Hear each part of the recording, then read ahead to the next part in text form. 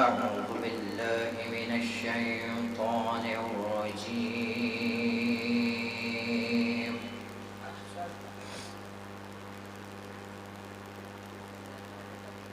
بسم الله الرحمن الرحيم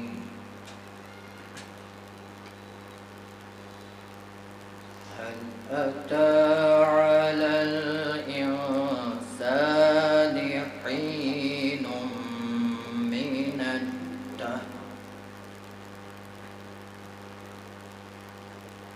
حين من الدهر لم يكن شيئا مذكورا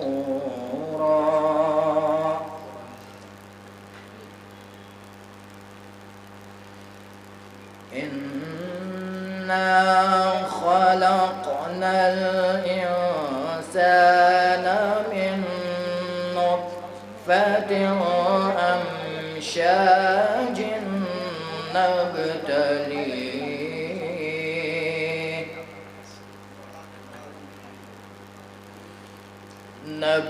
نبتليه فجعلناه سميعا بصيرا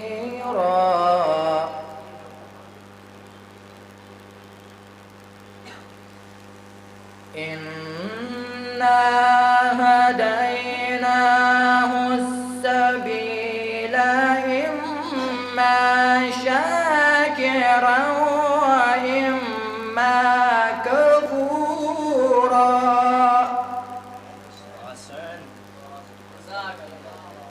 عينا يشرب بها عباد الله يفجرونها تفجيرا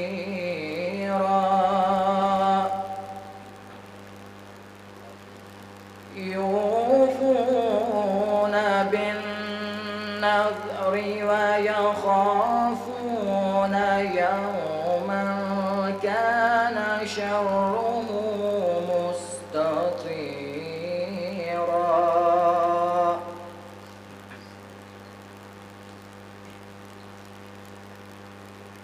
ويطعمون الطعام على حبه مسكينا ويتيما وأسيرا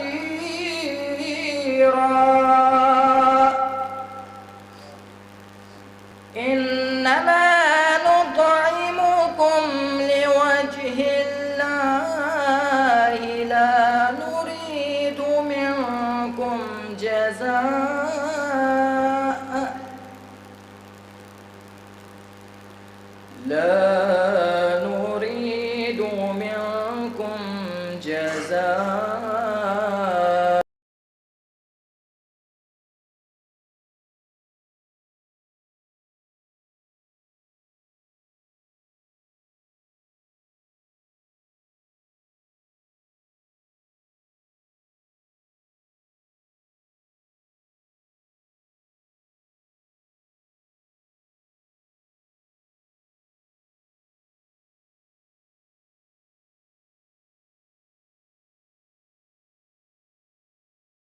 الأطهار على رسول الله وأطهار.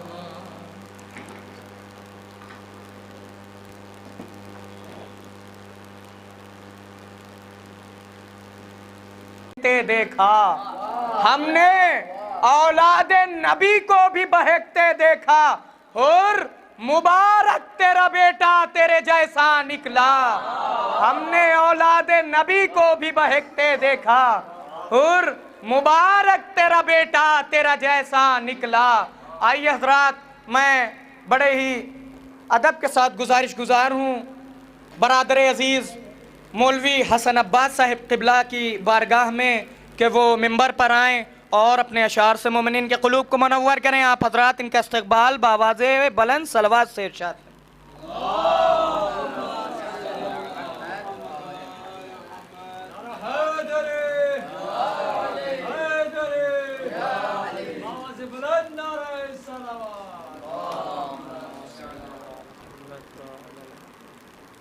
ایک صلوات اور پڑھ دے پر محمد و آل محمد پر. آغاز کر رہا ہوں، سماعت فرمائیے گا مولا عباس کی شان میں کہ علی کے شیر کا حملہ تھا یا قیامت تھی. شیر دیکھیں گے حسن بھائی کہ علی کے شیر کا حملہ تھا یا قیامت تھی، عدو یہ سوچے زمیں خون میں ڈوب جائے گی. علی کے شیر کا حملہ تھا یا قیامت تھی. تیسرے مصرے اور چوتھے مصرے پہ پوری توجہ کہ علی کے شیر کا حملہ تھا یا قیامت تھی، عدو یہ سوچے زمیں خون میں ڈوب جائے گی. لائیں یہ کہنے لگے ہم کو چھوڑ دے عباس، ہماری نسل بھی اب کربلا نہ آئے گی. لائیں یہ کہنے لگے ہم کو چھوڑ دے عباس، ہماری نسل بھی اب کربلا نہ آئے گی. اور چند اشعار سماعت فرمائے مجلس کے حوالے سے کہ امت کی داستان ہے یہی، تم کو چاہیے عزت تو آؤ مجلس میں، یاد ہے ماں کی وصیت تو آؤ مجلس میں. تو غموں کے ماروں کو مجلس میں چین ملتا ہے، وہ خوش نصیب ہے جن کو حسین ملتا ہے. غموں کے ماروں کو مجلس میں چین ملتا ہے، وہ خوش نصیب ہیں جن کو حسین ملتا ہے. ایک صلوات پڑھ دے پر محمد و آل محمد پر. ایک مطلع دو تین شعر اور سماعت فرمائے جناب رضا حیدر نبی صاحب کے فرمات. صلوات پڑھ دے پر محمد و آل محمد پر.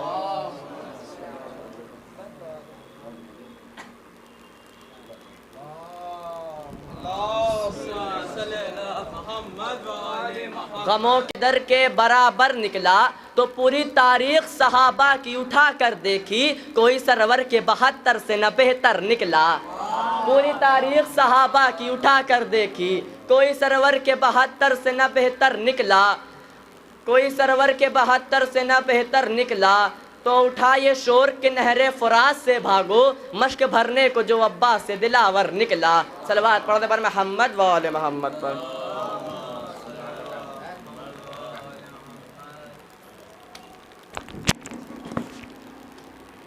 بہت ہی اچھے اشعار پیش کر رہے تھے جناب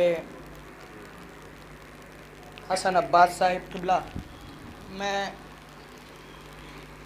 آج کے حمزہ صاحب کو آواز دینے سے پہلے میں جناب دبیر سیتا پوری صاحب کا کہ 4 مصرے عرض کرتا ہوں، ملاحظہ فرمائیں.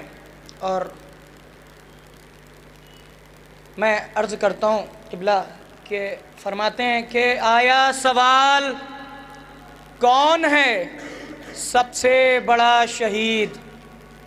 دبیر صاحب فرماتے ہیں آیا سوال کون ہے سب سے بڑا شہید. نسخے میں اس نے ماتم شبیر لکھ دیا. آئیے حضرات، میں گزارش گزار ہوں برادر بزرگ جناب امیر حمزہ صاحب کی خدمت میں کہ وہ ممبر پر آئیں اور اپنے اشعار سے مومنین کے قلوب کو منور فرمائیں. آپ حضرات ان کے استقبال میں بآواز بلند نعرہ صلوات ارشاد فرمائیں.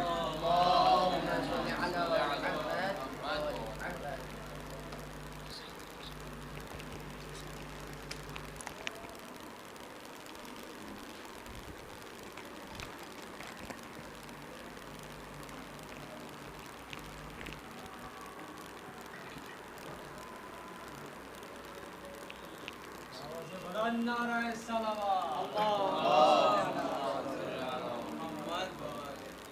سجاد علیہ السلام کے حوالے سے ختم اعلیٰ فرمائے کہ باب عظمت میں تیرے یہ ہے دلیل روشن، باب عظمت میں تیرے یہ ہے دلیل روشن، تیرا دشمن بھی تیرے حق میں بیاں دیتا ہے۔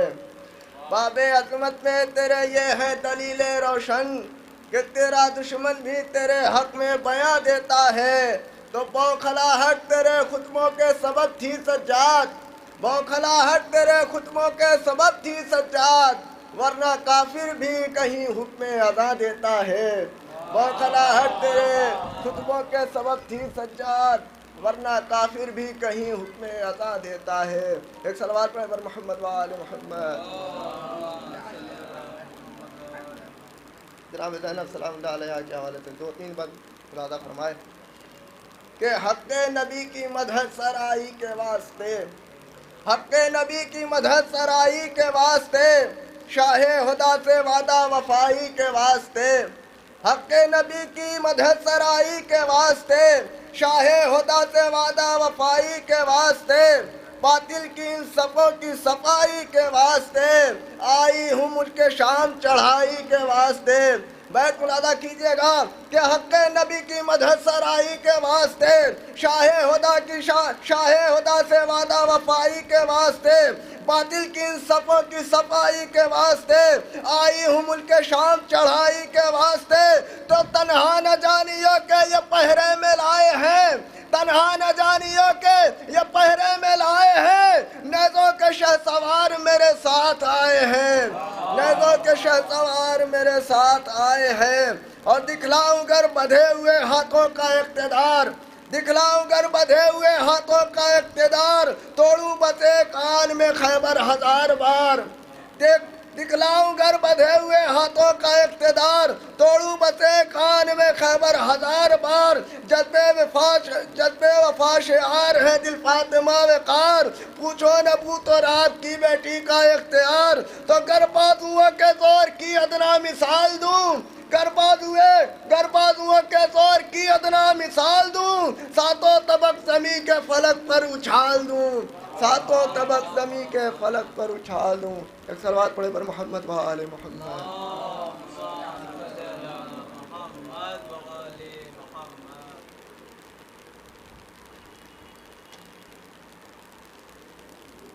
یہ تھے جناب امیر حمزہ صاحب۔ آئیے حضرات، میں مولانا موصوف کو آواز دینے سے پہلے ایک بند استاد نسیم امروہوی صاحب کا عرض کرتا ہوں، ملاحظہ کریں۔ نسیم امروہوی صاحب فرماتے ہیں، بپا جو کرتے ہو تم مجلسیں عزا کے لیے، بپا جو کرتے ہو تم مجلسیں عزا کے لیے، اشاعت غم مظلوم کربلا کے لیے، اشاعت غم مظلوم، ایک پیغام ملاحظہ کریں علامہ نسیم امروہوی صاحب کا کہ اشاعت غم مظلوم کربلا کے لیے نہ صرف بحر بکا ہیں نہ واہ واہ کے لیے، نہ صرف بحر بکا ہیں نہ واہ واہ کے لیے، یہ مدرسہ بھی تو ہے دین مصطفیٰ کے لیے، یہ مدرسہ بھی تو ہے دین مصطفیٰ کے لیے۔ بیت دیکھیں، ہماری بزم ہدایت مآب ہے گویا، ہماری بزم ہدایت مآب ہے گویا، حسینی علم و عمل کی کتاب ہے گویا، حسینی علم و عمل کی کتاب ہے گویا۔ آئیے حضرات، نسیم امروہوی صاحب کے اس ایک بند کے زیر سایہ گزارش گزار ہوں۔ حجت الاسلام والمسلمین استاد محترم عالی جناب مولانا حسنین باقری صاحب قبلہ کی خدمت میں کہ وہ ممبر پر آئیں، اپنے نورانی بیان سے مومنین کے قلوب کو منور کریں۔ آپ حضرات ان کے استقبال میں قبلہ کی صحت سلامتی کے لیے ایک بآواز بلند نعرہ صلوات ارشاد فرمائیں۔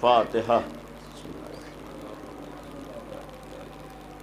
الرحمن الرحيم مالك يوم الدين إياك نعبد وإياك نستعين اهدنا الصراط المستقيم صراط الذين أنعمت عليهم غير المغضوب عليهم ولا الضالين.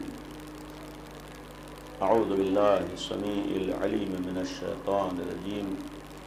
بسم الله الرحمن الرحيم. الحمد لله رب العالمين والصلاة والسلام على أشرف الأنبياء والمرسلين خاتم النبيين رحمة للعالمين أبي القاسم محمد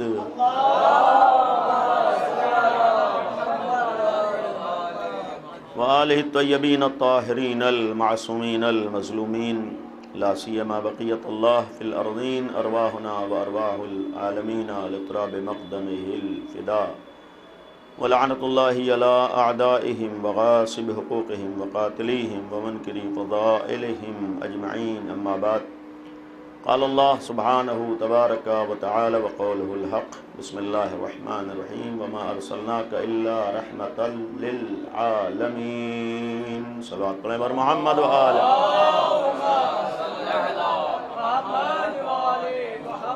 نبی اعظم ختمی مرتبت حضرت محمد مصطفیٰ صلی اللہ علیہ وآلہ وسلم کی المناک رحلت کی تاریخ اور ساتھ ہی ساتھ دوسرا غم سبت اکبر حضرت امام حسن مجتبیٰ علیہ السلام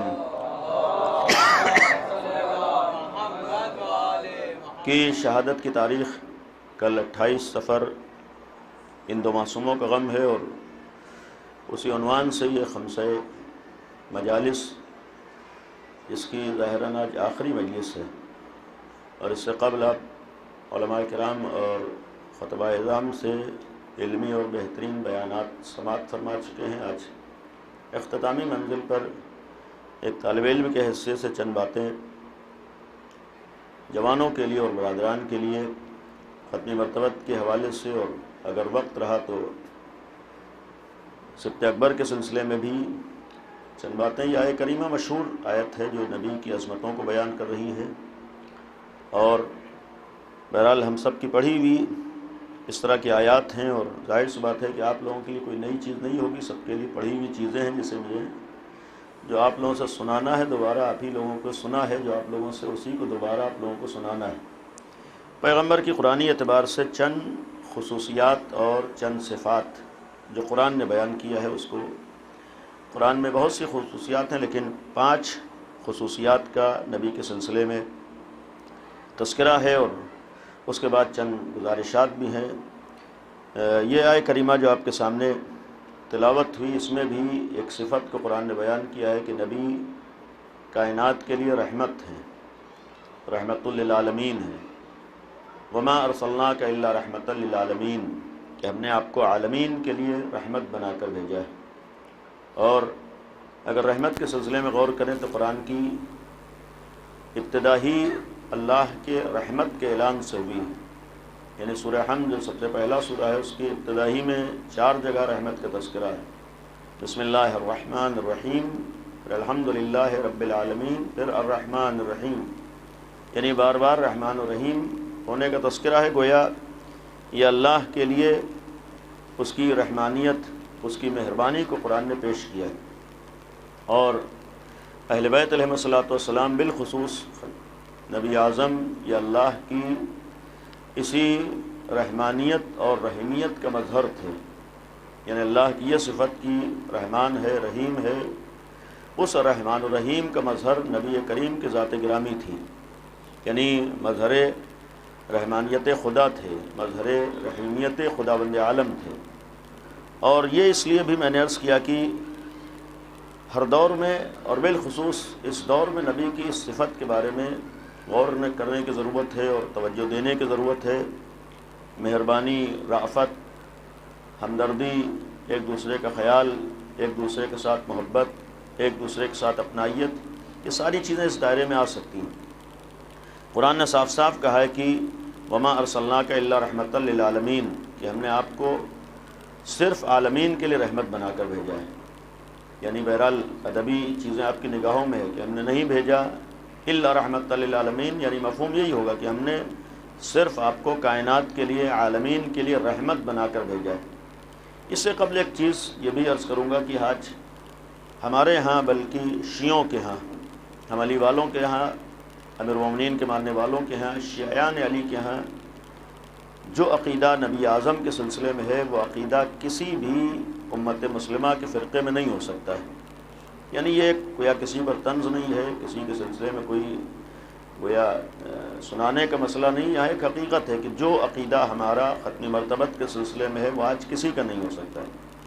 لیکن اس ذیل میں ایک قابل افسوس چیز ہے کہ اتنا عظیم اور اتنا مستحکم اور اس طریقے کا عقیدہ ہونے کے بعد پیغمبر کے سلسلے میں، یعنی اسے میں بہرحال بہت مختصر میں عرض کروں کہ ہمارا عقیدہ نبی اعظم کے سلسلے میں ہے کہ پوری عالم بشریت میں، کائنات ہست و بود میں اگر اللہ کے بعد سب سے پہلی کوئی ذات ہے تو وہ نبی اعظم ہے۔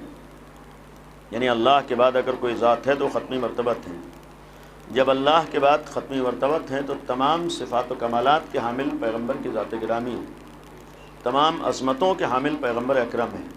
مصطفیٰ کے ایک معنی یہ ہے کہ تمام اچھائیوں کا نچوڑ، بہرحال یہ بھی کہا جائے گا، یعنی چنے ہوئے، منتخب، اس کا ایک معنی یہ ہے کہ تمام اچھائیوں کا خلاصہ، تمام کمالات کا گویا نچوڑ ہے پیغمبر کی ذات گرامی، یعنی تمام کمالات پیغمبر کے ذریعے سے۔ یقیناً ہمارے امیر المومنین کی عظمت ہے، امیر المومنین کا احترام ہے، ہم لوگ علی والے ہیں، ہماری پہچان امیر المومنین ہے، لیکن یہ صاف صاف ایک عقیدہ سامنے آنا چاہیے اور ہمیں بھی اس جرأت کا اظہار کرنا چاہیے کہ اس کو علی الاعلان کہیں کہ ہمارے ہاں پہلے نبی ہیں پھر امیر المومنین ہیں۔ اس سے امیر المومنین کی عظمت میں کمی نہیں آ جائے گی، امیر المومنین کی توہین نہیں، بلکہ امیر المومنین کی اگر خوشی کو نگاہوں میں رکھیں تو پھر امیر المومنین کی نگاہ سے اگر نبی کو دیکھیں تو عظمتیں پیغمبر کی ہیں، امیر المومنین پیغمبر کے بعد ہیں۔ ہم مولا کائنات کو جانشین نبی سکتا ہے، تو گویا نبی تک پہنچنے کا ذریعہ امیر المومنین ہے، نبی کو پہچاننے کا ذریعہ امام علی ہے، نبی کی معرفت کا ذریعہ امام علی ہے۔ یعنی اگر امام علی تک آئیں گے تبھی نبی کو پہچان سکتے ہیں، امیر المومنین کو پہچانیں گے تبھی علی پیغمبر کو پہچان سکتے ہیں، امام علی کو گویا چھوڑ کر نبی کو نہیں پہچان سکتے۔ اور یہ بھی ایک حقیقت ہے کہ نبی کے سلسلے میں اگر عقائد میں کہیں کمیاں ہوئی ہیں، اس کی بنیادی وجہ یہ ہے کہ لوگوں نے علی کو چھوڑا ہے، لہذا نبی کو نہیں پہچان سکیں۔ ورنہ اگر دنیا نے امام علی کو پہچانا ہوتا تو پھر یہ عجیب و غریب عقائد جو پیغمبر کے سلسلے میں وہ نہ پائے جا رہے ہوتے، یہ کوتاہیاں جو امت میں نبی کے سلسلے میں وہ آج نہیں پائے جا رہے تھے۔ اس کی وجہ یہ ہے کہ خود امیر المومنین کو چھوڑا ہے، لہذا اپنے حساب سے جب پیغمبر کو دیکھنا چاہا تو کہیں جہالت نظر آ گئی اور کہیں گویا کالا نقطہ نظر آ گیا، اور کہیں اس طریقے کی جو نبی کے سلسلے میں قابل تصور نہیں ہو سکتی، اس طریقے کی چیزوں کا اظہار ہوا ہے۔ آج امت مسلمہ میں اس چیزوں کا اظہار الحمدللہ ہم شیعوں کے ہیں اس طریقے کا تصور بھی نہیں ہو سکتا ہے۔ ہمارے ہاں جو عقائد ہیں نبی کے سلسلے میں، بہرحال اگر غدیر امیر المومنین کی ہمارے لیے پہچان ہے، شناخت ہے، تو غدیر میں صرف مولا کائنات کی ولایت کا اعلان نہیں ہے، بلکہ وہاں تو اللہ کی ولایت کا اعلان ہے، پھر رسول کی ولایت کا اعلان ہے، پھر امام علی کی ولایت کا اعلان ہے۔ یعنی وہاں تو آغاز ہی اللہ مولایا سے ہے۔ دوسرا مرحلہ یہ تھا کہ انا مولا کل مومن و مومنہ، یہ تیسری منزل پہ تھا کہ من کنت مولا ہو فہذا المولا۔ بعض لوگ غلط فہمی ہوگی کہ ان کے یہاں خالی من کنت مولا ہو، نہیں، ہمارے یہاں من کنت مولا ہو سے پہلے اللہ مولایا ہے، پھر انا مولا کل مومن و مومنہ ہے، پھر من کنت مولا ہو فہذا المولا ہے۔ یعنی یہ واقعاً قابل غور چیز ہے کہ ہمارے یہاں پہلے خدا ہے، پھر رسول ہے، پھر امیر المومنین ہے، یا یہ کہوں کہ پہلے ہمارے یہاں توحید ہے، پھر رسالت ہے، پھر امامت ہے۔ یعنی ہمارے تینوں چیزیں ہیں کہ بلکہ توحید ہی سے آغاز ہے۔ اور ایک جملہ کہیں پر عرض کیا ہے کہ بلکہ ہمارے ہاں تو توحید کی تکمیل کا نام رسالت و امامت ہے، یعنی رسالت و امامت توحید سے ہٹ کر کوئی چیز نہیں ہے، بلکہ ہمارا عقیدہ ہے کہ توحید مکمل ہی اس وقت ہوگی جب انسان امامت کا عقیدہ رکھے گا، توحید کی تکمیل ہی اس وقت ہوگی جب امام علی کو مانے گا، یعنی توحید سے ہٹ کر نہ تو رسول کو ماننے کا کوئی معاملہ ہے، نہ توحید سے ہٹ کر امام علی کو ماننے کا کوئی مسئلہ ہے، نہ توحید سے ہٹ کر اہل بیت کو ماننے کا کوئی مسئلہ ہے۔ توحید مکمل ہی اس وقت ہوگی جب انسان رسول کو مانے گا، اور توحید اور رسالت کی تکمیل اس وقت ہوگی جب اہل بیت کو مانے گا۔ تو یہ معاملہ ہمارے یہاں کہ ہرگز رسالت سے ہٹ کر یا نبوت سے ہٹ کر یا توحید سے ہٹ کر اہل بیت نہیں ہے، بلکہ اسی توحید تک پہنچنے کا ذریعہ ہے، توحید کو پہچاننے کا ذریعہ ہے۔ تو پہلی چیز ہے کہ ہمارے الحمدللہ پیغمبر کے سلسلے میں عقائد ہیں اور نبی کو ہی ہم مانتے ہیں، بلکہ یہ واقعاً صرف سرسری طور پر گزر جانے کا مسئلہ نہیں ہے کہ ہم لوگ ایک جملہ غدیر کے سلسلے میں کہتے ہیں، لیکن یہاں پر توجہ کی ضرورت ہے کہ من کنت مولا فاضل المولا کے ایک معنی یہ ہے کہ جنہوں نے رسول کو مانا ہے انہی نے علی کو مانا ہے۔ یعنی من کنت مولا فاضل المولا کے معنی یہ ہے کہ ہم چونکہ علی والے ہیں، رسول نے کہا کہ جو ہمیں مانے گا وہی علی کو مانے گا۔ یہ ثبوت ہے اس بات کا کہ جو امام علی کو مانتا ہے وہ رسول کو مانتا ہے۔ مقصد یہ تھا کہ ہم کوشش کریں کہ آج یہ جو غلط فہمی ہے ہمارے درمیان کی، یہ لوگ رسول کو کم مانتے ہیں، یہ غلط فہمی دور ہونا چاہیے۔ وہ شیعہ نہیں جو رسول اللہ کے سلسلے میں کمی کرتا ہو، وہ علی والا ہو ہی نہیں سکتا جو رسول اللہ کو کم مانتا ہو۔ دنیا میں جس نے مکمل رسول کو مانا ہے وہ صرف علی ابن ابی طالب کے ذات گرامی ہے، جس نے مکمل طور پر رسول کو پہچانا وہ صرف امیر المومنین کی ذات گرامی۔ اور یہ تو خود ختمی مرتبت نے فرمایا ہے کہ یا علی مجھے کسی نے نہیں مانا ہے سوائے اللہ کے اور تمہارے۔ اس کے معنی یہ ہے کہ رسول کا اگر کوئی سچا اور واقعی ماننے والا ہے وہ امام علی ہے۔ تو اگر رسول کے واقعی ماننے والے امام علی ہیں، مکمل ماننے والے امام علی ہیں، تو پھر کائنات میں اگر رسول کا کوئی سچا ماننے والا ہے وہی ہے جو علی کا ماننے والا ہے۔ یعنی علی والوں سے بڑھ کر رسول اللہ کا ماننے والا کوئی نہیں ہو سکتا ہے، امام علی کے چاہنے والوں سے بڑھ کر رسول کا پیروکار کوئی نہیں ہو سکتا ہے، امام علی سے بڑھ کر رسول کی عظمتوں کو جاننے والا کوئی نہیں ہو سکتا ہے، امام علی کے چاہنے والوں سے بڑھ کر رسول کی معرفت رکھنے والا کوئی نہیں ہو سکتا ہے۔ اس لیے کہ غیروں سے رسول اللہ کو نہیں پہچانا جا سکتا ہے، بلکہ علی ابن ابی طالب کے ذریعے سے رسول اللہ کو پہچانا جا سکتا ہے۔ اپنے اعتبار سے اگر دنیا کوشش کرے کہ شہر میں دیواریں بنا رہا ہو، چھت بنا رہا ہو، پرنالہ بنا رہا ہو، تو نہ تو چھت سے پہچان ہوتی ہے، نہ دیوار سے پہچان ہوتی ہے، نہ پرنالے سے پہچان ہوتی ہے، بلکہ دروازے کے ذریعے سے پہچان ہوتی ہے۔ تو لوگوں نے اپنے اپنے حساب سے رسول اللہ کے سلسلے میں بنانا چاہا کہ فلاں مثلا دیوار ہیں اور فلاں چھت ہیں اور فلاں پرنالہ ہے۔ بھائی بالفرض اگر اس طریقے کی حدیثیں گڑھ بھی لی جائیں تو اس سے معرفت کا ذریعہ نہیں قرار پا سکتی ہیں۔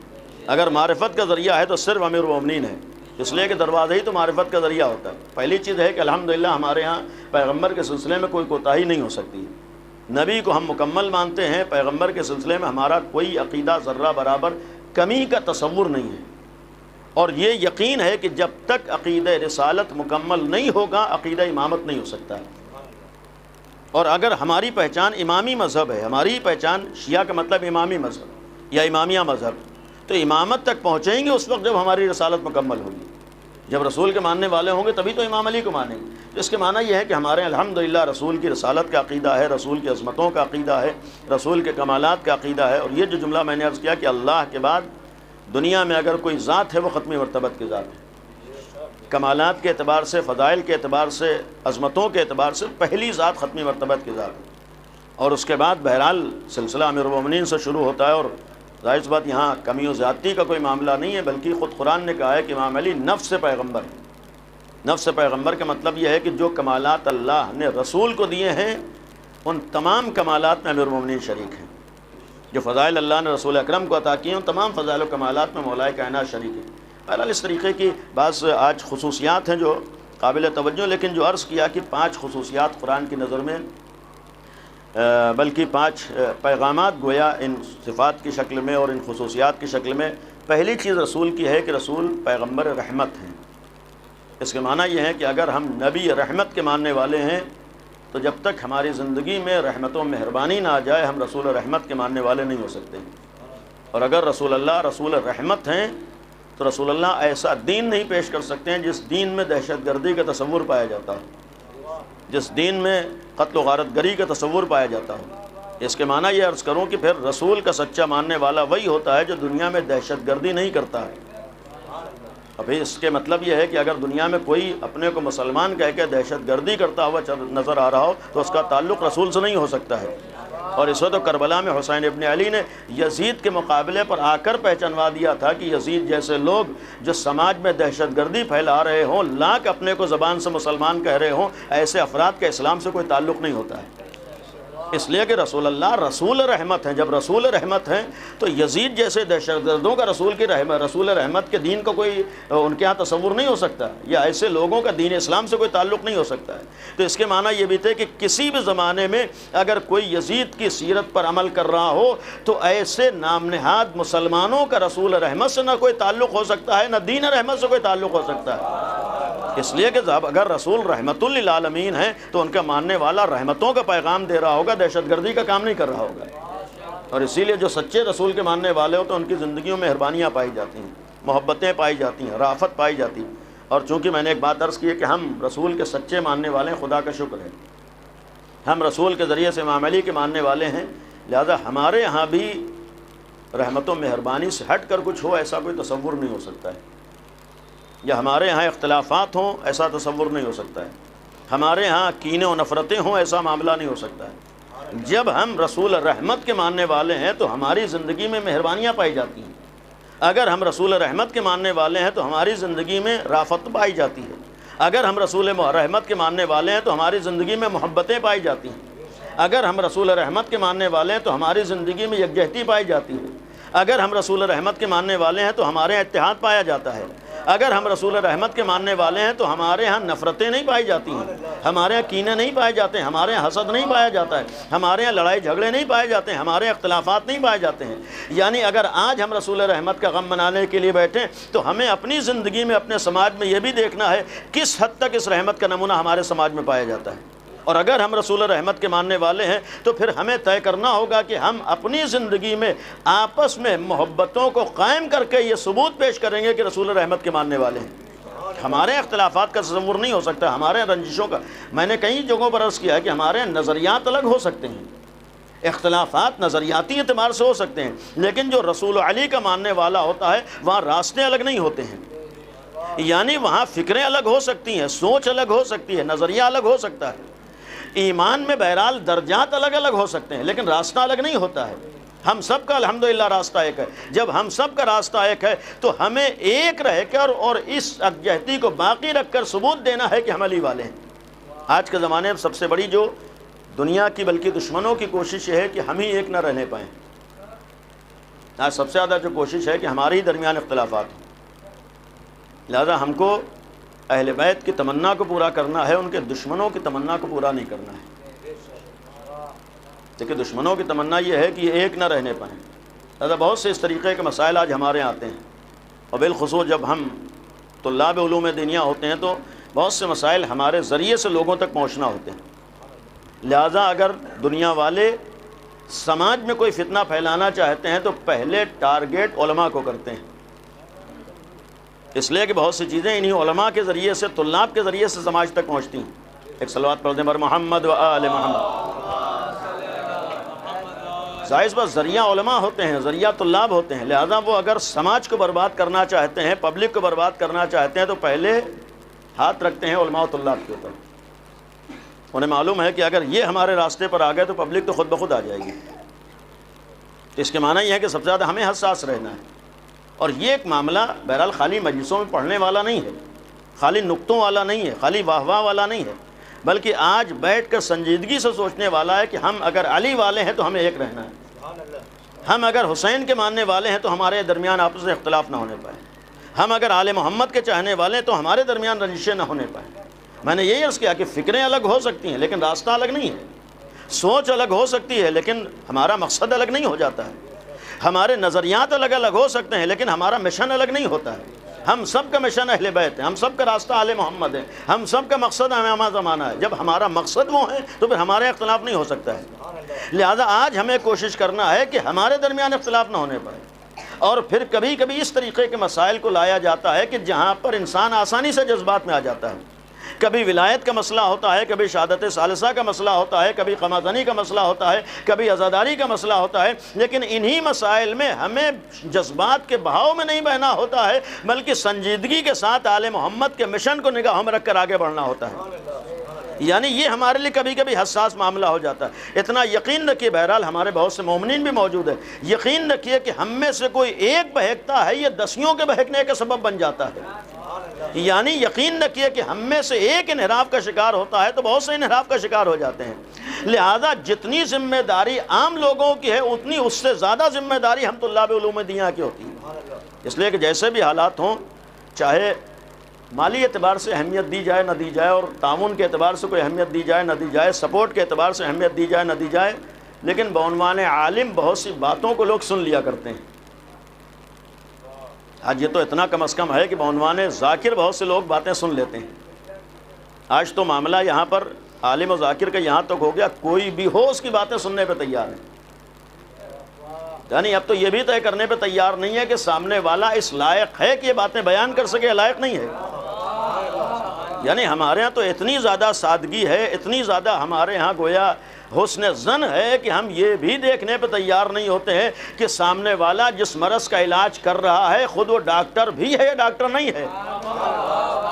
آج تو سماج کے ہمارے حالات یہاں تک ہیں کہ وہ جو دوا دے رہا ہے وہ اس لائق بھی ہے کہ دوا کا نام بھی جانتا ہو نہیں جانتا ہو۔ آج تو اسے یہ بھی سوچنے کی فکر نہیں ہوتی ہے کہ دوا کا نام خالی رٹ کے چلا آیا ہے یا تھوڑی بہت صلاحیت بھی ہے، اور اسی کا نتیجہ ہوتا ہے کہ جب اس طریقے کے جھولا چھاپ ڈاکٹر سماج میں سامنے آ جاتے ہیں تو مرض میں کمی نہیں آتی ہے بلکہ روز بروز اضافہ ہوتا جاتا ہے۔ ورنہ جہاں پر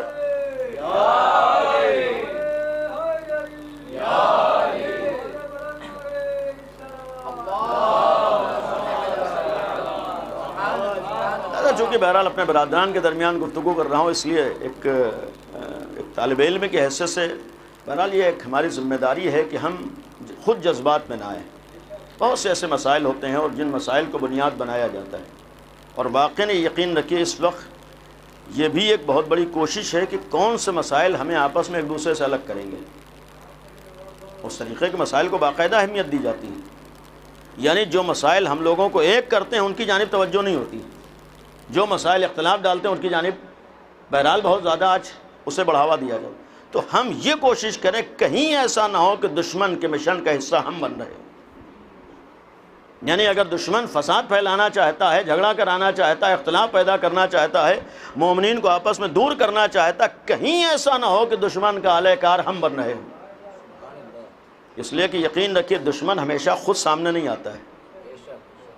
یزید کو جب امام حسین سے دشمنی نکالنا ہوئی اور امام حسین جس دین کو بچا رہے تھے اسے مٹانا ہوا، توحید کو ختم کرنا ہوا، نبی کی زحمتوں پر پانی پھیرنا ہوا، تو یزید خود سامنے نہیں آیا تھا بلکہ کئی پردوں کے پیچھے وہ بیٹھا ہوا تھا۔ یزید خود سامنے نہیں آیا، اور یہاں تک اس نے ہوشیاری سے کام کیا ہے کہ ظاہری اعتبار سے جو لشکر کربلا میں آیا ہے اسے بھی ڈائریکٹ یزید نے نہیں بھیجا تھا۔ یہ آپ توجہ دیجیے گا، یعنی یزید نے لشکر نہیں بھیجا ہے کہ ہر آدمی سمجھ لے کہ یزید کا ہاتھ ہے اس میں، اچھے نہیں پہچان سکتے، کیونکہ لشکر بھیجنے والا یزید نہیں ہے۔ اگر بہت زیادہ دیکھا جائے یزید لشکر کو اگر کربلا میں بھیجا ہے تو ابن زیاد نے بھیجا ہے، ابن زیاد ہی تو لشکر کو بھیجا ہے، اور پھر جو لشکر قتل کر رہا ہے اس لشکر کو حکم دینے والا عمر سعد ہے۔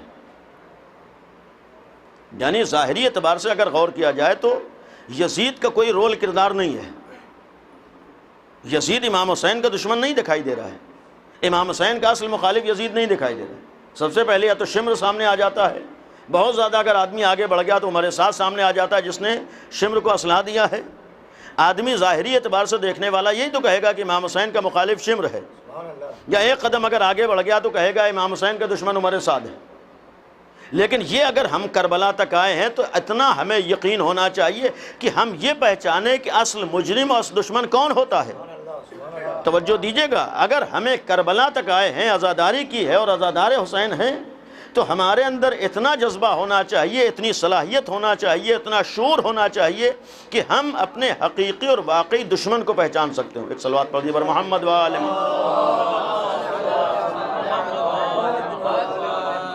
اس سے بہتر صلوات پڑھیے بر محمد وآل محمد۔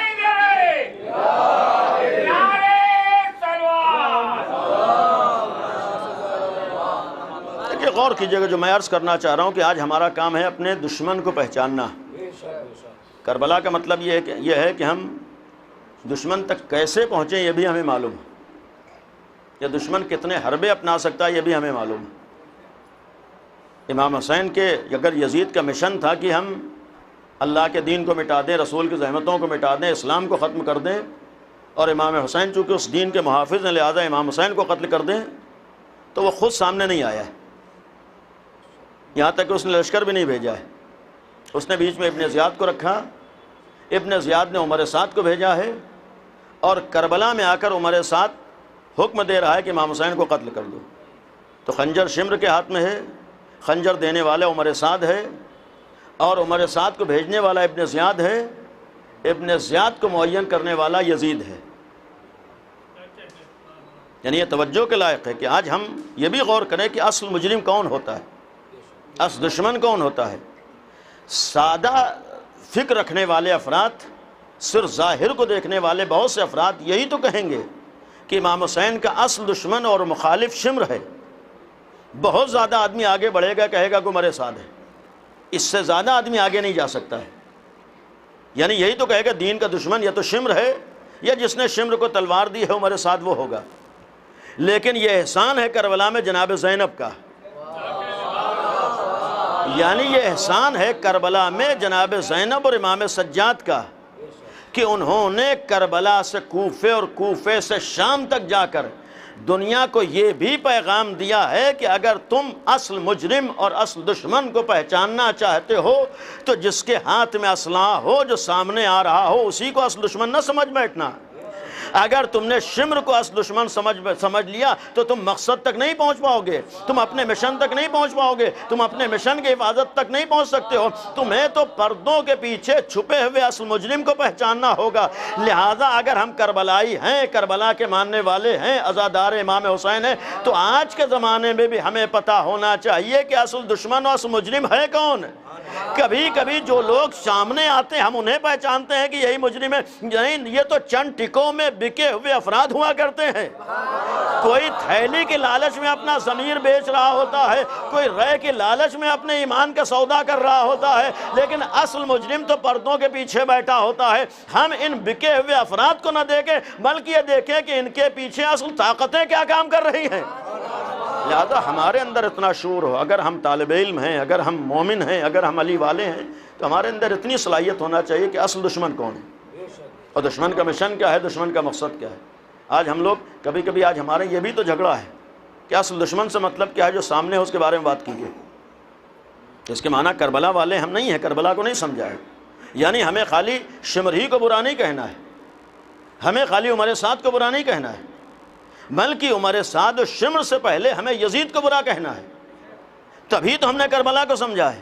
تو آج کے زمانے میں کون فتنہ پھیلا رہا ہے، کون آپس میں جھگڑے کرا رہا ہے، کون بہت سے مسائل کو سامنے لا رہا ہے۔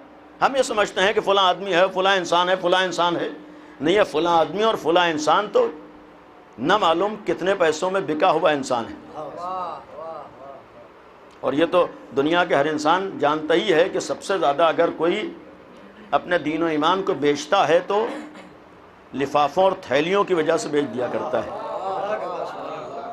آج یقین نہ کہ آج دنیا میں ہو رہا ہے۔ بہرحال بہت سی چیزیں ہیں، آپ محسوس کر سکتے ہیں، وہاں تک پہنچ سکتے ہیں جو عرض کرنا، لیکن ہمارا ایک کام ہے کہ ہمیں آپس میں ایک رہنا ہے۔ ان مسائل کو جو آج باقاعدہ دشمن ہمارے درمیان لا رہا ہے اسے بنیاد نہیں بنانا ہے۔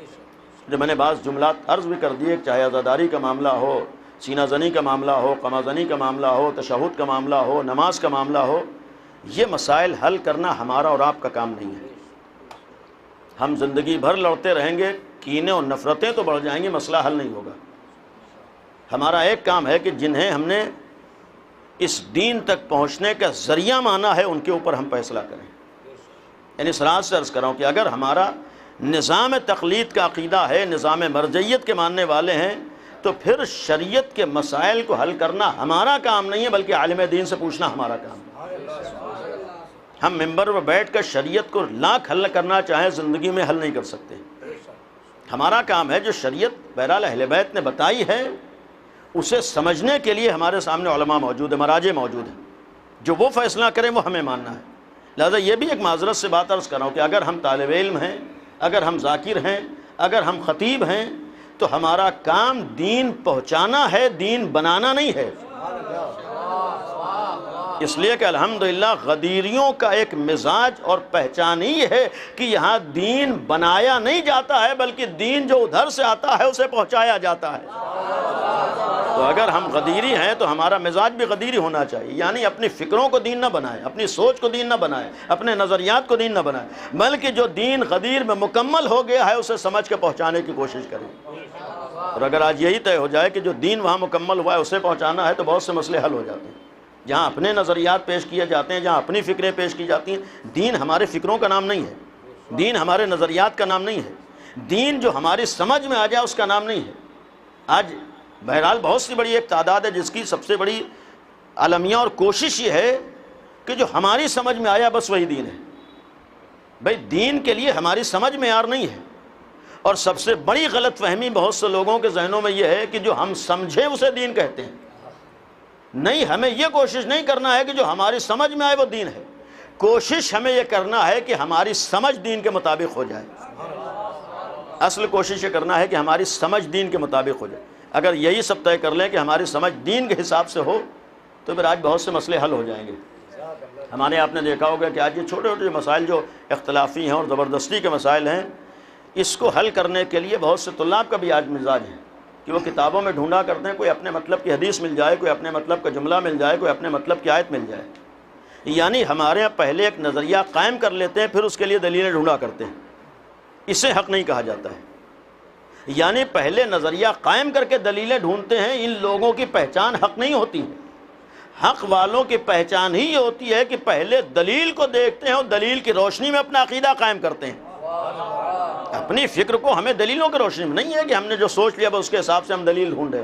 آج چھوٹی چھوٹی چیزوں پر آپ نے دیکھا ہوگا کتنے سوشل میڈیا کے اوپر خالی روایتیں فارورڈ ہوتی ہیں، دیکھیں اس نظریے کی دلیل یہ روایت ہے۔ بھئی اگر یہ روایت آپ بیان کر رہے ہیں تو کیا مجتہد کو نہیں معلوم وہ روایت کیا ہے؟ کیا فقیہ کو نہیں معلوم وہ روایت کیا ہے؟ مصیبت یہ ہوتی ہے کہ سامنے والا اپنے مطلب کی ایک روایت لے کر چلا آتا ہے اور اسے اتنا علم اور شعور بھی نہیں ہوتا ہے کہ اسی طریقے کی اسی موضوع پر 100 روایتیں اسی کتاب میں موجود ہیں۔ اگر 100 روایتیں اسی کتاب میں موجود ہیں تو پھر ایک روایت سے دین طے نہیں ہوتا ہے، ایک حدیث سے دین طے نہیں ہوتا ہے۔ اس لیے عرض کرنے کا مقصد تھا کہ آج ہم اس معیار کو باقی رکھیں، الحمدللہ باقی رکھیں۔ جن طلاب اور برادران کے درمیان گفتگو ہے وہ بہرحال اس چیز کو باقی رکھیں، لیکن بعض جگہوں پر تھوڑا بہت ہمارے ہاں کٹ حجتی بھی ہے، ضد بھی ہے، ہٹ دھرمی بھی ہے، اور کسی حد تک اپنے مزاج کو دین کے سلسلے میں پیش کر کے بہرحال بہت سے مسائل کو سماج میں لانا بھی ہے۔ بہرحال اس سے سراحت سے میں نے عرض نہیں کر سکتا، لیکن آج ہمارا ایک فریضہ کوشش کریں کہ ہم ایک رہیں، ہماری قوم ایک رہے، ہم متحد رہیں، اور اس کے لیے بہرحال باتیں کئی تھیں جو عرض کرنا تھے، لیکن جلدی جلدی میں ان صفات کو بیان کر دوں۔ انشاءاللہ تفصیلات آپ خود پڑھیے گا کہ نبی کے سلسلے میں جو قرآن نے جو صفات بیان کیے ہیں اور اسی کی روشنی میں پیغامات ہیں کہ نبی ہمارے لیے نمونہ عمل ہیں، اسوہ حسنہ ہے۔ وہ سورہ مبارکہ احزاب کی 21ویں لقد کان لکم فی رسول اللہ اسوۃ حسنہ۔ دوسری چیز ہے جو نبی کے سلسلے میں ہے کہ نبی کا اخلاق بہت اچھا تھا، بہت عظیم تھا۔ انک لعلی خلق عظیم، یہ دوسری چیز۔ تیسری چیز ہے کہ جو وہی رحمت ہیں۔ چوتھی چیز پیغمبر ہمیشہ ایک جیسا مزاج نہیں تھا، یہ بھی غور کیجیے گا۔ قرآن کی آیت آپ کے سامنے ہے کہ محمد رسول اللہ صلی اللہ علیہ وآلہ وسلم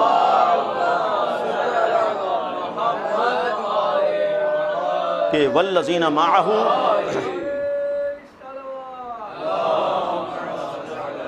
یعنی یہ آیت بھی آج سامنے آنا چاہیے۔ پیغمبر کا نام ہے والذین معہ، اور جو لوگ نبی کے ساتھ ہیں ان کی صفت کیا ہے؟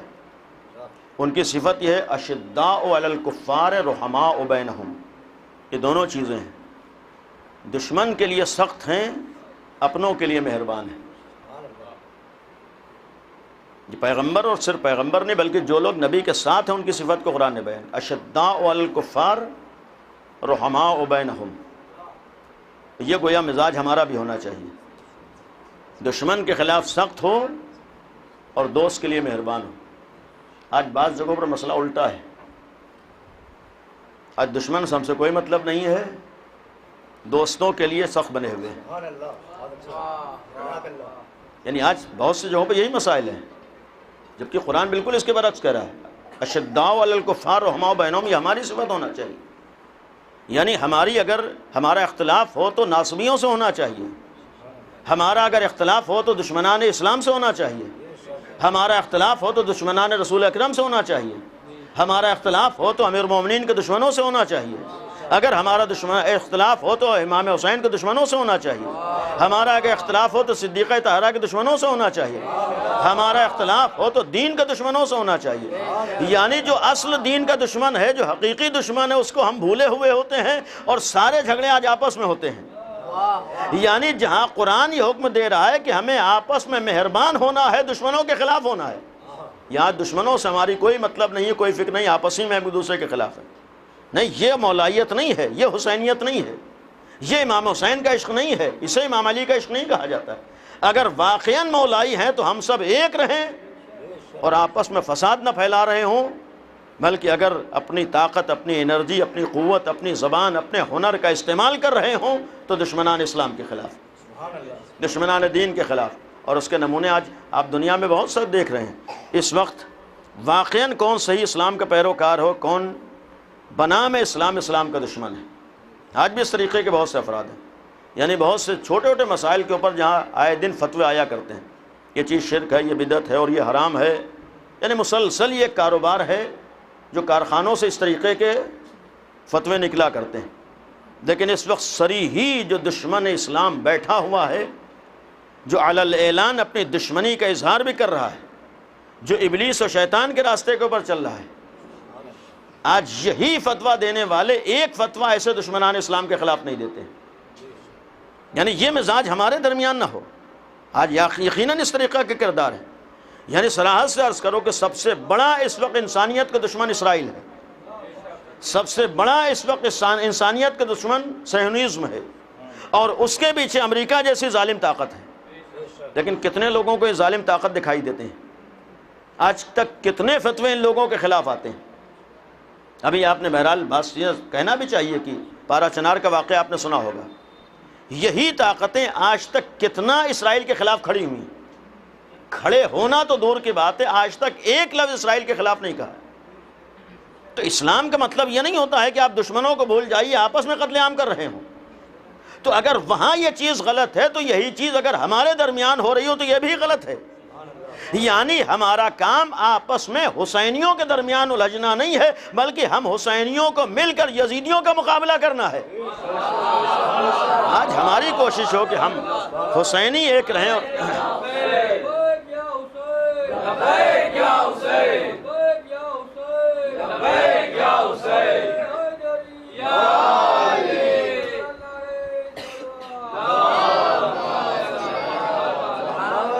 یہ ایک آج ضرورت ہے کہ ہم حسینی ایک ہوں تاکہ زمانے کی یزیدیت کا مل کر مقابلہ کر سکیں. اور اس کے لیے ختم کرتے ہوئے اہم چیز، بنیادی چیز نبی کے سلسلے میں کہا ہے کہ جب تک سماج میں جہالت رہے گی اس طریقے کے مسائل آسانی سے حل ہونے والے نہیں ہیں. لہٰذا یہ بھی کوشش ہو کہ سماج جہالت سے نکلے، ہمارا سماج، ہم جہالت سے دور ہوں، جہالت سے محفوظ ہوں. لیکن یہ بھی ایک غلط فہمی موضوع نہیں ہے، لیکن پھر بھی اشارہ عرض کر رہا ہوں کہ صرف جہالت سے نکلنا کافی نہیں ہوتا، بلکہ سب سے پہلے یہ سمجھنا ضروری ہوتا ہے کہ اصل جہالت کہتے کس کو ہیں. آج تک دنیا یہی نہیں طے کر پائی کہ علم کس چیز کا نام ہے. بعض لوگ سمجھتے ہیں کہ اپنے دماغ میں معلومات کا ذخیرہ جمع ہو جائے اسے عالم ہونا کہتے ہیں. تو اصطلاحوں کا رٹ لینا صاحب علم ہونا نہیں کہا جاتا ہے. معلومات کا ذخیرہ آ جانا اسے صاحب علم ہونا نہیں کہا جاتا ہے. ڈگریوں کا ڈھیر لگا لینا اسے صاحب علم ہونا نہیں کہا جاتا ہے. یہ غلط فہمی ہے بعض لوگوں کی، سمجھتے ہیں کہ ہم ڈگریاں بہت سی ہیں تو ہم جہالت سے نکل آئے. نہیں ہو سکتا ہے پورا گھر ڈگریوں سے بھر جائے تب بھی جہالت سے نہ نکل سکا ہو انسان. اور ہے اس کے آج دنیا میں واقعاً آج جہالت کے نمونے ہیں. اس کے ایک معنی یہ ہے کہ جہالت سے نکلنا ضروری ہے. جہالت سے نکلنے کا ایک راستہ علمی میدانوں میں محنت کرنا ہے، لیکن سب سے پہلا قدم جہالت سے نکلنے کا بے دینی والی جہالت کا خاتمہ ضروری ہے. آج ہمارے سماج میں بہت حد تک لوگوں کے سمجھ میں تو آیا ہے کہ اپنے بچوں کو اچھے اسکول میں بھیجنا ہے، لیکن جتنا ضروری اچھے اسکول میں بھیجنا ہے اس سے زیادہ ضروری اپنے بچے کو دیندار بنانا ہے. لہذا جہالت کے خاتمے کا مطلب خالی اسکول کی ڈگریاں نہیں ہیں، بلکہ جہالت کے خاتمے کا مطلب اپنے بچے کو بے دینی سے بچانا ہے، دین سے آشنا ہو، وہ دین کو اہمیت دے. یعنی حج ہمارے یہاں بنیادی چیز ہے کہ دین کو اہمیت دینا، اور اس کے لیے بہرحال عزاداری جیسا ہمارے پاس بہترین ایک پلیٹ فارم ہے. اگر آج اسی عزاداری کا صحیح استعمال ہو جائے تو ہماری قوم جہالت سے بھی نکل آئے گی اور دیندار بن بھی جائے گی. لیکن شرط ہے کہ اس عزاداری کو ہم صحیح راستے کے اوپر لے جا سکیں، اس عزاداری کا جو صحیح مفہوم ہے اس کو ہم سمجھ سکیں. چونکہ آج بعض جگہوں پر ہے کہ عزاداری اپنی خواہشات کو پورا کرنے کا نام ہو گیا ہے. جو ہمیں سمجھ میں آئے گا، جو ہمیں اچھا لگے گا، جو ہمارا دل چاہے گا، وہ ہم عزاداری میں کریں. عزاداری اپنی سمجھ کے مطابق زندگی گزارنے کا نام نہیں ہے، بلکہ صدیقہ طاہرہ کی رضا کو نگاہوں میں رکھ کر آگے بڑھنے کا نام عزاداری ہے. عزاداری میں ہماری حلق سے کیا اتر رہا معیار، ہمیں کیا اچھا لگ رہا نہیں معیار، بلکہ اہل بیت. ورنہ جو ہمارے ہاں قوم عزاداری کی اہمیت کو سمجھ کر پوری پوری رات اگر جوان شب داریوں میں جا کر انجمن میں ماتم کر سکتا ہے تو کیا وہ نوجوان 2 رکعت نماز نہیں پڑھ سکتا ہے؟ یقیناً پڑھ سکتا ہے. لیکن جس طریقے سے اسے عزاداری کی عظمت بتائی گئی، اگر صحیح عزاداری کی عظمت بتائی گئی ہوتی تو وہ حسین بھی کر رہا ہوتا اور مصلی پہ بیٹھا ہوتا. یعنی کچھ اور بتانے کی ضرورت نہیں، صرف عزاداری کا صحیح مفہوم بتایا گیا ہوتا. تو جیسے ہمارے شہر میں ہر عورت 2 مہینے 8 دن کالے کپڑا پہننے اپنے لیے واجب سمجھتی ہے، ویسے ہی وہ عورت پردہ کرنا بھی اپنے لیے ضروری سمجھتی ہے. اگر اس سے صحیح عزاداری کا مفہوم معلوم ہوا ہوتا. اسے نہیں معلوم ہے کہ عزاداری کا صحیح مفہوم کیا ہے، وہ اپنے حساب سے بہرحال کالا کپڑا پہن لیا، ہم عزادار حسین بن گئے. نہیں، ضروری نہیں ہے کالا کپڑا پہن کے ہم عزادار حسین بننے کے لیے پہلے ہمیں اللہ کے احکامات کو نگاہوں میں رکھنا ہے. امام حسین کا عزادار بننے کے لیے پہلے ہمیں شریعت کی پابندی کرنا ضروری ہے. عزادار امام حسین بننے کے لیے پہلے ہمیں گناہوں سے بچنا ضروری ہے. امام حسین کے عزادار بننے کے لیے پہلے حرام کاموں سے بچنا ضروری ہے. اگر یہی احساس ہو تو آج بہت سے گناہوں کا جو بعض لوگ شکار ہو جاتے ہیں، بنام عزاداری کا بھی گناہوں کا شکار نہیں ہو سکتے ہیں. اس لیے کہ اگر صحیح عزاداری کا اس لیے کہ یہ مشن تھا جسے نبی سے شروع کیا گیا ہے، اور ظاہر سی بات انہیں نبی کی زحمتوں کو بچانے کے لیے کربلا میں سرکار ابا عبداللہ حسین نے اپنی عظیم قربانی دی تھی. اور کربلا بھی در حقیقت انجام تھا اس آغاز کا جو پیغمبر کی زندگی سے شروع ہو چکا تھا. پیغمبر کے آخری ایام ہیں، آخری تاریخیں ہیں، آخری لمحات ہیں. کس حد تک نبی اکرم کی شان میں جسارتیں ہوئی ہیں. بعض چیزیں آدمی آسانی سے سن کے گزر جاتا ہے، لیکن یہی معمولی بظاہر جملات دیکھنے میں، لیکن یہ گویا بنیاد تھے. ورنہ اگر نبی کی شان میں پہلے دن جسارت ہونے پر لوگوں نے توجہ دی ہوتی تو پھر کربلا تک معاملہ نہ پہنچتا. ورنہ جس وقت نبی کریم موجود ہیں، کیا ہو سکتا تھا کہ نبی کی شان میں کوئی جملہ کہہ کے چلا جائے کہ معاذ اللہ نبی ہذیان بک رہے ہیں، یا نبی اگر دوات و قلم مانگ رہے تھے تو کیا ہو سکتا تھا کہ نبی کی مخالفت ہو جائے. لیکن بظاہر چھوٹی چھوٹی مخالفتیں تھیں، لیکن یہی مخالفت آہستہ آہستہ سبب بنی کہ یزید جیسے افراد سماج میں سامنے آ گئے. نبی کے آخری لمحات ہیں، آخری گھڑیاں ہیں. کل کی تاریخ رحلت پیغمبر سے متعلق بہت سی روایتوں میں نبی کو زہر دیا گیا ہے. کثرت سے روایات ہمارے بعض علماء نے بیان کیا ہے کہ نبی مسموم ہوئے ہیں، نبی کو زہر دیا گیا ہے. اس لیے کہ امام حسنی کی ایک روایت ہے کہ ہم میں سے ہر ایک یا تو شہید کیا گیا ہے یا اسے زہر دیا گیا ہے، یا تو تلوار سے قتل ہوا ہے یا اسے زہر دیا گیا ہے. لہذا پیغمبر کے سلسلے میں بھی کثرت سے روایتیں ہیں. یہاں تک کہ یہودی عورت کا بھی تذکرہ ہے کہ اس نے پیغمبر کو زہر دیا ہے. لیکن آہستہ آہستہ نبی اس منزل تک پہنچ رہے تھے کہ لوگوں کو احساس ہونے لگا تھا کہ نبی دنیا سے جانے والے ہیں.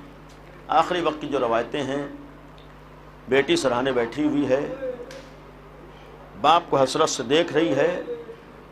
پیغمبر اکرم قریب بلا کر خبر دے چکے ہیں کہ بیٹی میں دنیا سے جانے والا ہوں. سنتے ہی آنسو بہے، گریہ کیا. لیکن پیغمبر نے پھر یہ خبر دی کہ بیٹی سب سے پہلے جو مجھ سے ملے گا وہ تم ہوگی. یہ کہہ کر کچھ صبر آیا، کچھ قرار آیا. پیغمبر کے سرہانے بیٹھی ہیں، گریہ کر رہی ہیں، رو رہی ہیں. دق الباب ہوتا ہے. صدیقہ طاہرہ نے فرمایا کہ بابا کے ملنے کا وقت نہیں ہے. اس نے دوبارہ دق الباب کیا، پھر فرمایا کہ اس وقت واپس چلے جاؤ. تیسری دفعہ جو بیان کیا جاتا ہے، تیسری دفعہ جب اس نے دق الباب کیا، شہزادی کی آنکھوں سے آنسو جاری ہو گئے. رخسار پیغمبر پر گرے، سوال کر لیا بیٹی رونے کا سبب کیا ہے؟ بابا دروازے پہ کوئی دق الباب کر رہا ہے۔ نبی نے یہی تو فرمایا تھا بیٹی یہ تمہارے در کی عظمت ہے، اس لیے کہ آنے والا وہ ہے جو کسی دروازے پر اجازت کا طلبگار نہیں ہوتا ہے۔ بیٹی یہ ملک الموت ہے جو تمہارے در کی عظمت کا اعلان کر رہا ہے کہ ملک الموت ہو کر بھی بغیر صدیقہ طاہرہ کی مرضی کے گھر میں نہیں داخل ہو سکتا ہے۔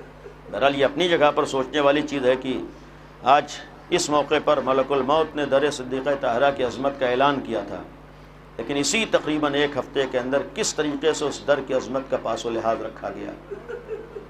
یہ بھی ایک قابل غور چیز ہے کہ آج امت مسلمہ کے لیے، آج مسلمانوں کے لیے جس در کی عظمت کا اظہار اور اعلان اس طریقے سے جبریل امین اور ملک الموت کر رہے ہوں، اس در کا احترام مسلمانوں نے، امت نے کس طریقے سے کیا ہے۔ نبی اس دنیا سے رخصت ہوئے ہیں، لیکن ایک جملہ عرض کروں گا، یا رسول اللہ آپ جس وقت دنیا سے جا رہے تھے بیٹی سرحانے موجود تھی، امیر المومنین سرحانے موجود تھے، امام حسن سرحانے موجود تھے، امام حسین سرحانے موجود تھے، جناب زینب موجود ہیں، جناب ام کلثوم موجود ہیں۔ کل ہی کی تاریخ ہے، امام حسن کی شہادت کی بھی تاریخ ہے، صحیح ہے زہر دیا گیا تھا، لیکن جس وقت امام دنیا سے جا رہے تھے تو گھر والے سرحانے موجود تھے، کہیں امام حسین بیٹھے ہوئے ہوں گے، کہیں جناب عباس موجود ہوں گے، کہیں جناب زینب موجود ہوں گی، یقیناً گھر والے موجود تھے۔ جب انسان دنیا سے جا رہا ہو اور اس کے سرحانے گھر والے ہوں تو بہت سی مصیبتوں کو برداشت کر لینا آسان ہو جاتا ہے۔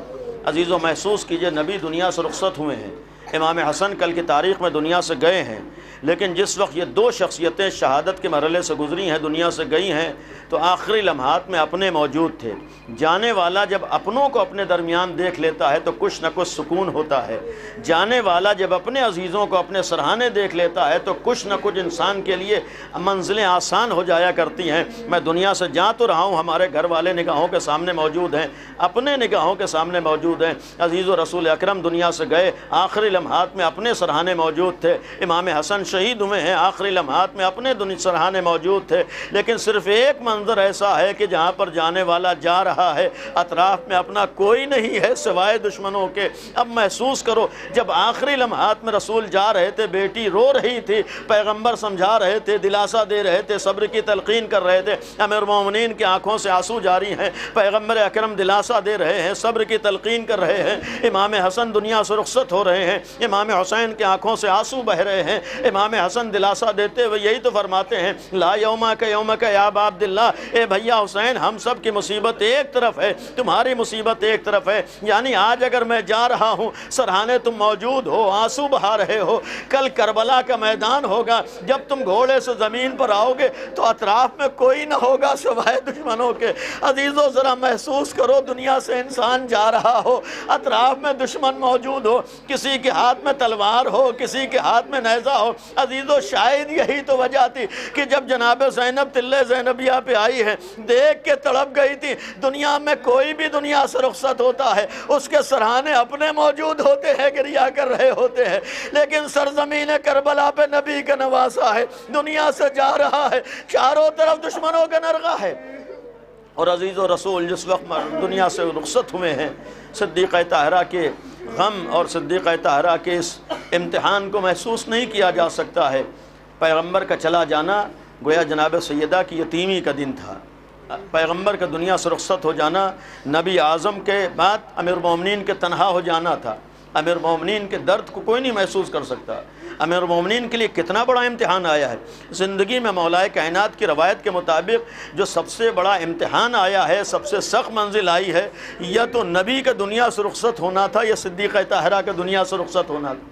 یعنی امام علی کے لیے بہت بڑا غم تھا پیغمبر کا چلا جانا، صدیقہ طاہرہ کے لیے بھی یتیمی کا مرحلہ تھا، یقیناً ایک امتحان تھا جس سے امیر المومنین گزرے ہیں، حضرت زہرا گزری ہیں، لیکن آل محمد کے لیے کل کی تاریخ دوہرے غم کی تاریخ ہے۔ ابھی نبی کا غم نگاہوں کے سامنے تھا کہ امام حسن کو بھی اسی تاریخ میں شہید کیا گیا ہے، امام حسن بھی اس دنیا سے اسی تاریخ میں رخصت ہوئے ہیں۔ لیکن عزیزو جب امام حسن کی شہادت ہوتی ہے، جنازہ تیار ہوتا ہے، یہیں تک امتحانات کی منزلیں نہیں ہیں، بلکہ جنازہ جنازہ جب تیار ہو کر قبر رسول کی طرف بڑھتا ہے تو پھر آنے والے آ جاتے ہیں، دشمنان اہل بیت نگاہوں کے سامنے نظر آتے ہیں۔ یہی تو کہا جاتا ہے کہ ہم حسن کو پیغمبر کے پہلو میں دفن نہیں ہونے دیں گے۔ اور عزیزوں، صرف کہا ہی نہیں گیا بلکہ امام حسن کے جنازے پر تیر بارانی کی جاتی ہے اور کئی تیر امام حسن کے جسم مبارک پر پیوست ہو جاتے ہیں۔ عزیزوں، محسوس کرو یہ وہ جگہ ہے کہ جہاں امام حسین موجود ہیں، بنی ہاشم موجود ہیں، جناب عباس موجود ہیں، بنی ہاشم کے جوان موجود ہیں، مدینہ ہے، اپنا شہر ہے۔ انصاف سے بتائیے، آج کوئی کسی کے جنازے کے اوپر ایک پتھر مار دے، محلے والا بھی برداشت نہیں کرے گا تو گھر والوں کا برداشت کر لینا ناممکن ہو جاتا ہے۔ عزیزو، آج کوئی چاہنے والا اپنے کسی عزیز کے جنازے پر ذرہ برابر بے حرمتی کو برداشت نہیں کر سکتا ہے، لیکن یہ امام حسن مجتبیٰ کا جنازہ تھا، معمولی بے حرمتی نہیں تھی، بلکہ جب جنازہ چلا ہے، تیر بارانی ہو رہی ہے، کئی تیر جسم مبارک پر پیوست ہوئے ہیں۔ عزیزو، کتنا بڑا امتحان غازی عباس نے دیا ہے، کتنا بڑا امتحان ابا عبداللہ الحسین نے دیا ہے، اپنی نگاہوں کے سامنے امام حسن جیسے امام اور اپنے بھائی کے جنازے کو اس عالم میں دیکھ لینا۔ لیکن یہی تو فرمایا تھا کہ ہمیں جنگ کی ابتدا نہیں کرنا ہے، ہمیں نبی کے مشن کو نگاہوں میں رکھنا ہے، ہمیں دشمنان دین کو اس کے مشن میں کامیاب نہیں ہونے دینا ہے۔ لیکن عزیزو، یہ تو مدینہ تھا، امام حسن کے جسم مبارک کے اوپر کئی تیر لگے تھے، مدینے میں ہر ایک تڑپ گیا ہوگا، مدینے میں ہر ایک بے چین ہو گیا ہوگا، لیکن یہ امتحان آسان تھا۔ آخری امتحان جو کربلا کے میدان میں ہے، یہاں تو جس پر چند ہی تیر لگے تھے، وہاں جو جسم مبارک تھا وہ تیروں سے چھلنی تھا۔ یہاں تو چند ہی تیر جسم مبارک کے اوپر لگے تھے، وہاں جسم تو تیروں کے اوپر معلق تھا۔ اس لیے کہ جب آقا حسین زین سے زمین کی طرف آئے ہیں تو پھر یہی جسم تو تھا جو تیروں پر معلق تھا۔ عزیزو، وہ منظر زینب علیہ مقام نے دیکھا ہوگا، وہ منظر امام سجاد نے دیکھا ہوگا۔ ایک بہن کی حیثیت سے محسوس کیجئے، جناب زینب جیسی بہن، چاہنے والی بہن ہو، جب اس نے یہ منظر دیکھا ہے تو دل کا عالم کیا ہوا ہوگا۔ یہی تو وجہ تھی جب تلے زینبیہ پہ آئی، منظر دیکھ کر تڑپ گئی، کچھ نہ کہہ سکی، بس ایک جملہ کہا، اے پسر ساتھ تو کھڑا دیکھ رہا ہے، میرا ماجایا ذبح کیا جا رہا ہے۔ عزیزو، یہ جناب زینب کے لیے ناقابل برداشت منظر تھا، لیکن امام نے جب اشارہ کیا کہ بہن زینب خیمے میں واپس آؤ، جناب زینب خیمے میں واپس تو آ گئیں، لیکن اب اور زیادہ بے چین ہے، کون مقتل سے خبر لے کر آئے گا، کون شہادت کی خبر دے گا۔ اس لیے کہ اب تک اگر کوئی شہید ہوا ہے تو مولا حسین یا تو اس کا جنازہ لے کر آتے تھے یا اس کی خبر شہادت لے کر آتے تھے، لیکن صدیق جناب زینب بے چین ہے، اب کون خبر لائے گا۔ ایک دفعہ جناب زینب نے بے چینی محسوس کی،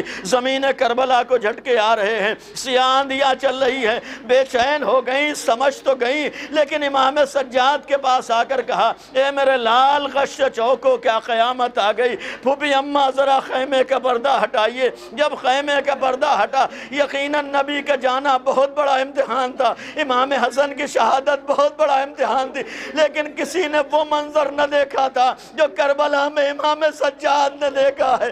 عزیزو، جیسے ہی خیمے کا پردہ ہٹا، اب جو بیٹے نے نگاہ اٹھا کر منظر دیکھا ہے، باپ کا کٹا ہوا سر نوکے نیزہ پہ تھا، تڑپ کے جملہ کہا، اے پھوپھی اماں، ہم یتیم ہو گئے، آپ ان بھائی کی ہو گئی، سامنے بابا کا کٹا ہوا سر نوکے نیزہ۔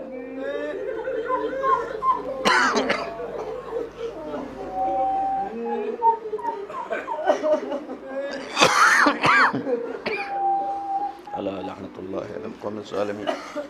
ماتم حسن۔